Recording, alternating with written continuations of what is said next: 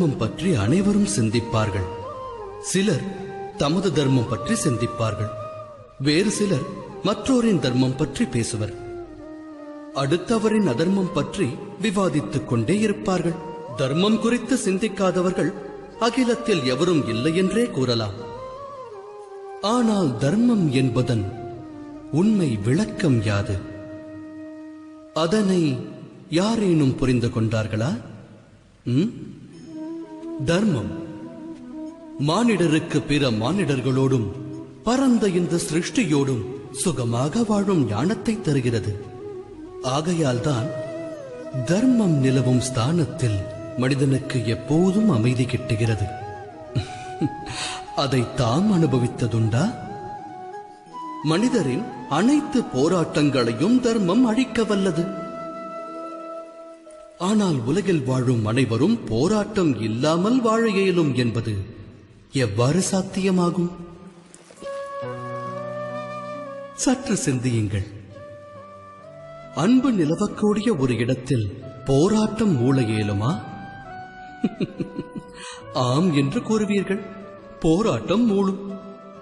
ஆனால் இன்னும் சற்று சிந்தித்தால் மற்றொன்றும் விளங்கும். போராட்டம் மூளும் நேரத்தில் அங்கு நிலவும் அன்பானது விலகிச் சென்று விடுகிறது. அதன் பிறகு அங்கு ஆணவம் தோன்றும், அகங்காரம் தோன்றும், குரோதம் தோன்றும். ஆனால் அன்பு தோன்றாது. அங்கு அன்பு விளையாது. ஏனெனில் அன்பு தழைத்தோங்கும் இடத்தில் சண்டை, சூழ்ச்சி, இன்னலை விளைவிக்கும் போராட்டங்கள் அடியோடு அழிந்துவிடும்.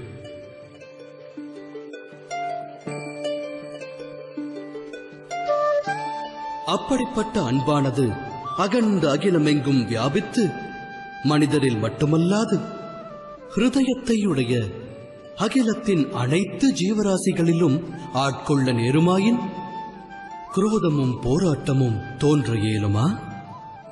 சாத்தியமல்ல. ஒரு மனிதன் இன்னொரு மனிதனிடம் இரக்க பாவம் எனும் அன்பை வெளிப்படுத்துகிறார். அந்த அன்பின் பாவம் அகிலம் எங்கும் பரவினால் அது கருணாசாகரமாகிறது. கருணை, அதாவது அனைத்தையும் அன்பால் வெல்வது. அன்பினை கொண்டு அடுத்தவரை வென்றுவிட்டால் விரோதம், குரோதம் அங்கு அழிக்கப்படுகிறது. உண்மையில் கருணை என்பதே அனைத்து தர்மத்திற்கும் ஆதாரம். தர்மம் விருட்சமானால் கருணையானது அதன் மூலமாகிறது, அதன் விதையாகிறது. ஆனால் மனிதர்கள் தர்மத்தின் மூலத்தை மறக்கும் வேளையும் பூமியில் தோன்றுகிறது. சில நியமங்கள், வழக்கங்களை இறுக்கமாக பிடித்து அன்பெனும் கருணையை அடியோடு மறக்கின்றார்கள். அப்போது குரோதம் அகிலத்தில் நிறைந்து விடுகிறது. பேராசை தோன்றுகிறது.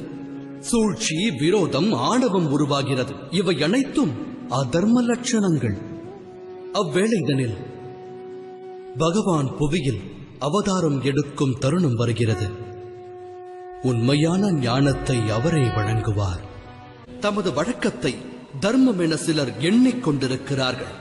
வேறு சிலரோ அதர்ம அடையாளங்களான குரோதம், விரோதம், அகங்காரம் போன்றவற்றால் ஆட்கொள்ளப்பட்டு தர்மத்தை அழித்துக் கொண்டிருக்கிறார்கள். ஒருவர் பிறரிடத்தில் அன்பு செலுத்துவதில்லை. அன்பை கொண்டு அடுத்தவரை வெல்ல எவரும் முயற்சிப்பதும் இல்லை. அகிலத்தில் கருணையும் இல்லை. இக்காரணம் கொண்டே நான் இவ்வகிலத்தில் அவதரித்தேன்.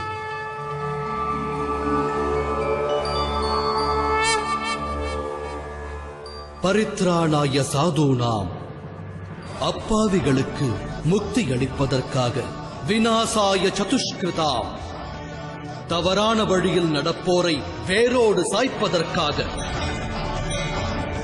தர்ம சம்ஸ்தாபனார்த்தாய, தர்மத்தினை ஸ்தாபிப்பதற்காக நான் வாசுதேவ